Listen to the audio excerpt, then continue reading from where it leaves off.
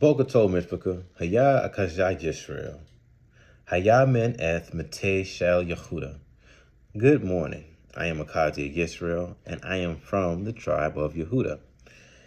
Today, I want to give you some back information from a wonderful book that our Abba wrote. The book is The Concentration Camps. I'm going to give you some evidence here of what's going on. Now, it says, be aware. It has been documented that the government of America is opposed to the rise of Black people to real freedom. A group of recently revealed memos from former FBI office across the nation show that the organization is engaged in an overt policy and program to expose, disrupt, or otherwise neutralize Black leaders and organizations in this country. The fact that Black groups have been in conflict with one another, especially those progressive groups in recent years, is no accident. As the August 25th, 1967 memo delineates the tactics of divide and conquer used by an arm of the federal government, it states no opportunity should be missed to exploit through counterintelligence techniques the organizational personnel conflict of the leaderships of the groups, and where possible, an effort should be made to capitalize upon existing conflicts between competing Black nationalist organizations. Now, what I just read to you can be backed up by this video that I'm going to post with this here. Okay? It is going to be mind-blowing. And I pray that you watch the entire video on your own accord. But I just wanted to bring forth the light, as well as the premonition that our father, Yahweh ben Yahweh, was bringing to us in the 70s and the 80s and 90s, and even after. Now, the memo from J. Edgar Hoover also admitted to the collusion with the established media to discredit groups through the cooperation of established local news media contacts or through such contact with sources available to the seat of government. The memos continue to document and point to the government as the source of a slanderous media coverage through even Black reporters, when it states, in every instance, careful attention must be given to the proposal to ensure the targeted group is disrupted or discredited through the publicity and not merely publicized. The stated purpose of slander campaigns, as delineated in a March 4th, 1968 memo from J. Edgar Hoover, is to prevent sincere Black leaders from gaining respectability by discrediting them to the three separate segments of the community. Hoover continues, you must discredit these groups and individuals to first, the responsible Negro community. Second, they must discredit this person to the white community. He further adds, showing that his main concern was about preventing Black people who are awake and conscious of their condition from finding the right leadership.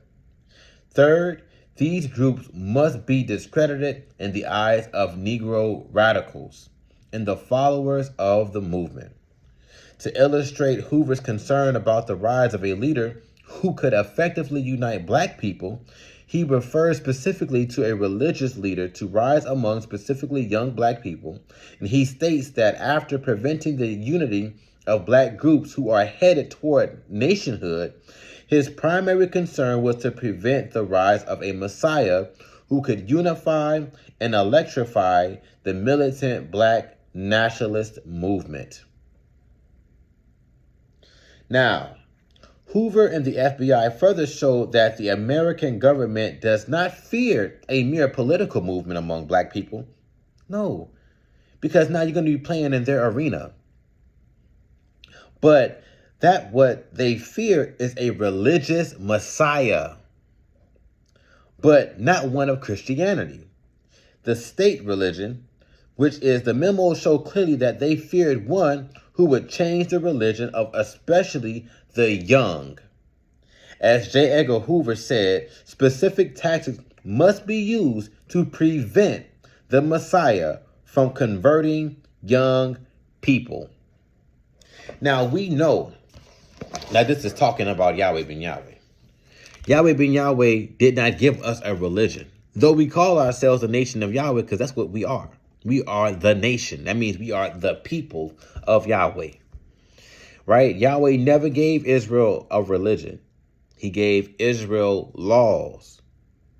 He gave Israel statutes and ordinances. He gave Israel high holy days. He gave Israel wisdom, knowledge, and understanding of how to build up an empire, how to maintain an empire, and how to engrowth your empire over time. But never a religion. Man, Satan, has created religion to divide the good people up, to say, oh, well, I really can't do business with you because you believe in this and you don't believe in Jesus, and you don't believe in this, you don't believe in Allah, but you believe in this and you don't believe in Buddha, right? It's all to just throw confusion. But there's one creator, that's Yahweh, and Yahweh ben Yahweh, who is Yahweh in the flesh as the Son. Yahweh has done exactly what J. Edgar Hoover feared.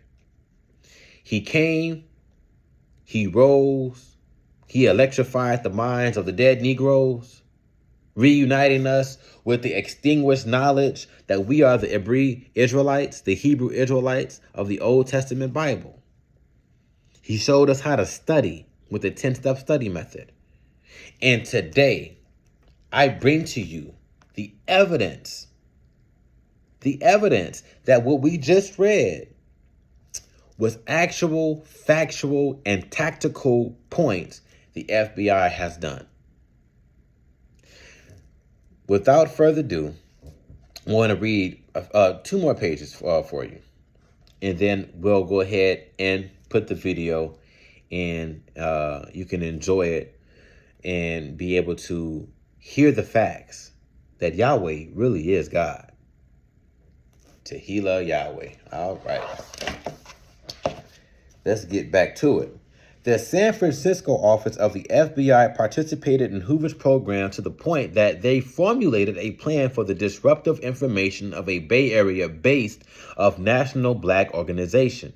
The tactics their office proposed to use, and a few people doubt that they did use, was one of placing information among the organization's members. Now, the San Francisco FBI said, although the proposal is a relatively simple technique, it has been applied with exceptional results in another area of intelligence interest where the target was of far greater sophistication. So they'll implement information of half-truths, and they'll have some form of evidence and to make you induce that all the other evidence that is false is actually true, right?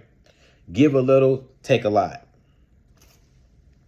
According to the San Francisco plan, the Xerox copies of the true documents subtly incorporated false information, and entirely fabricated documents would be periodically anonymously mailed to the residence of a leader of the organization. The FBI plan was to destroy this organization from within by casting suspicion on its members and leaders by planting information that, according to the memos from the San Francisco office dated May 11th, 1970, and these documents would be on the stationery and on the form used by the police department or the FBI in dismantling information to the police. FBI documents, when used, would contain police routing or data received notations clearly indicating they had been pilfered from police files, meaning they'll show transactions, right? Saying that you was narking.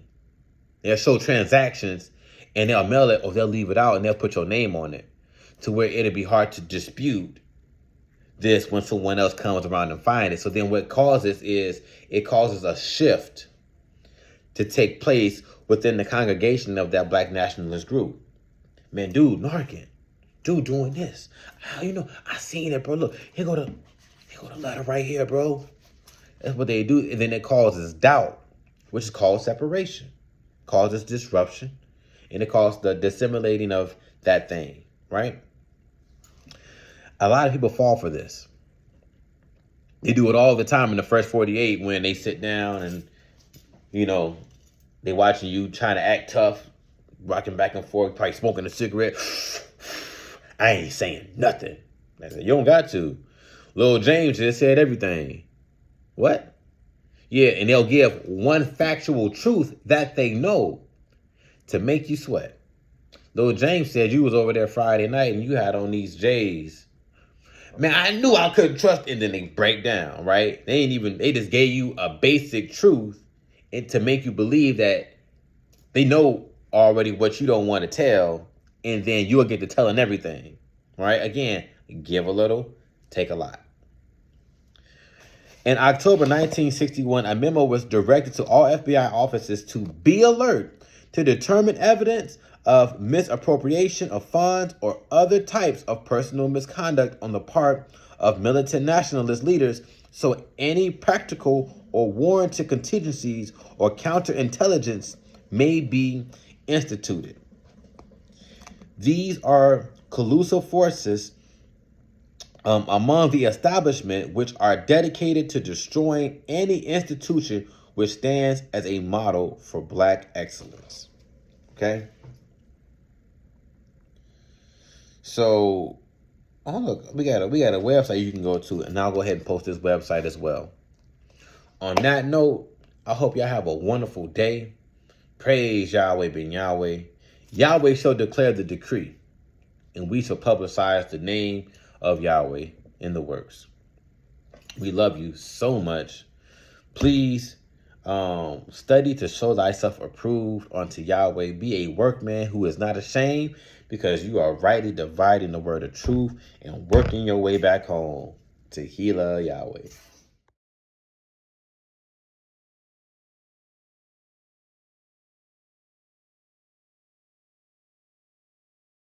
The reason for this is...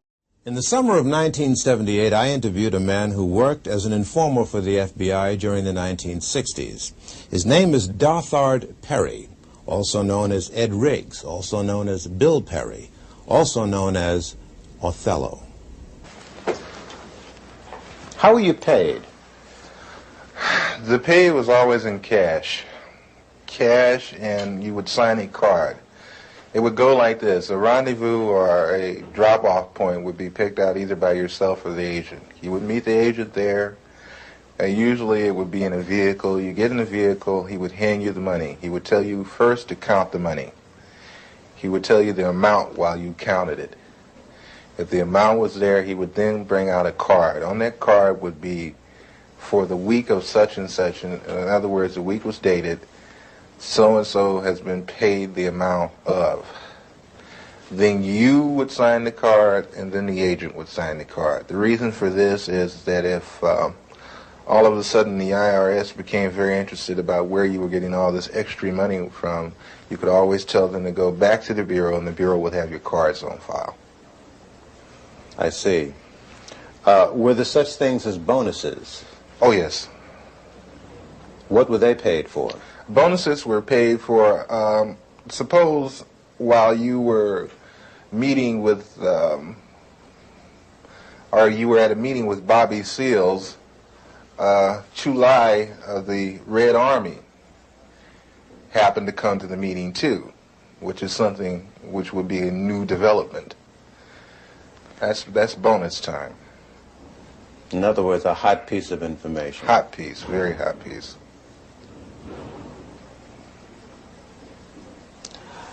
Did you ever suffer pangs of conscience? Quite a few times. Quite a few times. I still suffer pains of conscience. I suffer from the fact that a lot of people trusted me, and I misused that trust. I suffer from the fact that a lot of information that I gave out was the undoing of certain groups or certain people. I suffer from the fact that I'm on the run constantly. I have no real life to speak of. You have no family life, really? You have a wife? No, I don't have a wife. I do have a child.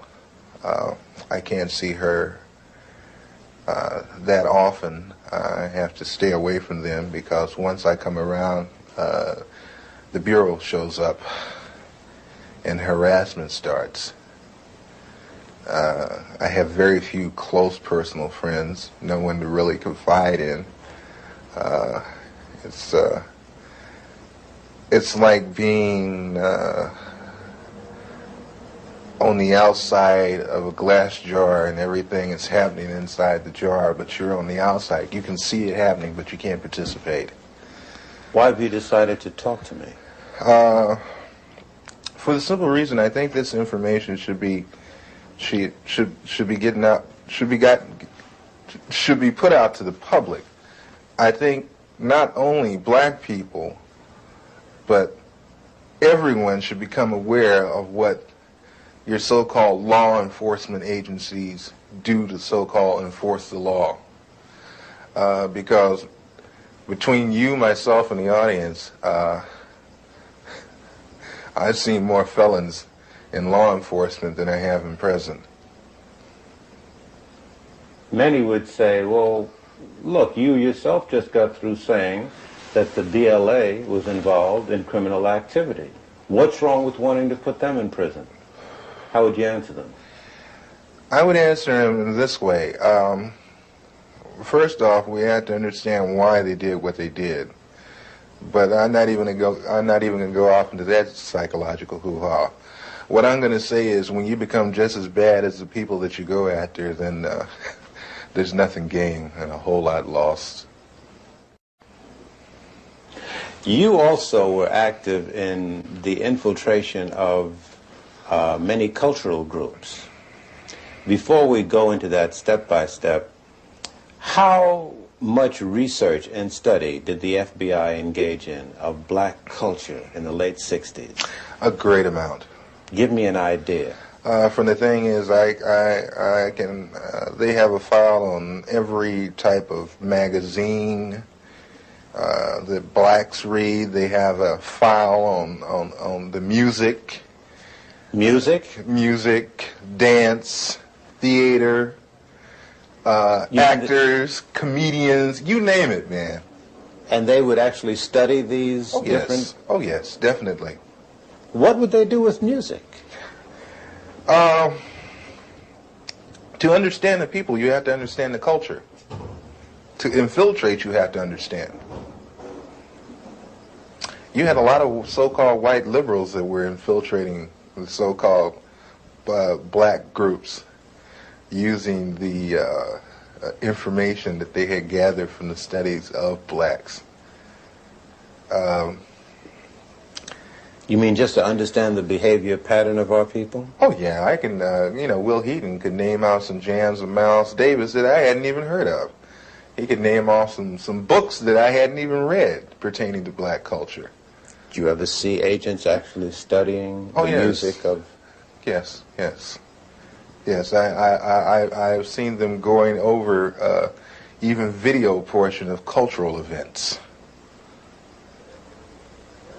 We see, family, I encourage you to watch the whole video, but they still doing that today. Why do you think drill music is so anchored now in our community? Because it preaches genocide. I seen a billboard the other day talking about a Verizon cell phone plan. It said, one more reason to stay single. Preaching genocide. If you don't get with someone, you can't produce new life. So they encourage you to sleep around, but they don't encourage you to get together. They encourage you to destroy yourself. Not only that, but they put in, you already know, the Planned Parenthood in our communities, hoping that you kill yourself, kill off that next generation. But in their communities, they have fertility clinics where their women is having 6 to 8 kids like cats. You lucky to have 1 or 2. And then they so quick to want to tie your tubes. It's still in effect. They just got better at it. Wake up. The movies you're watching, the TV shows you're watching, the games they're producing. Wake up. It's still in effect. It's been in effect. It's been in effect. You can say it since Operation Paperclip, when they grabbed all of those German scientists after the war. Like 2 years later, after the war, they had the best minds of Germany in America. Did you know that a German scientist who was part of the Nazi Party, whether he was forced or not, created NASA? As well, the government has been using MK Ultra, another little test, since the 60s and 70s and 50s and even 40s, making tests on the citizens on how to control the mind.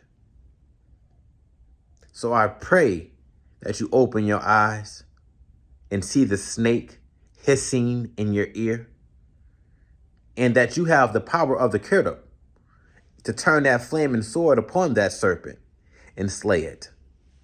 May Yahweh ben Yahweh bless you forever.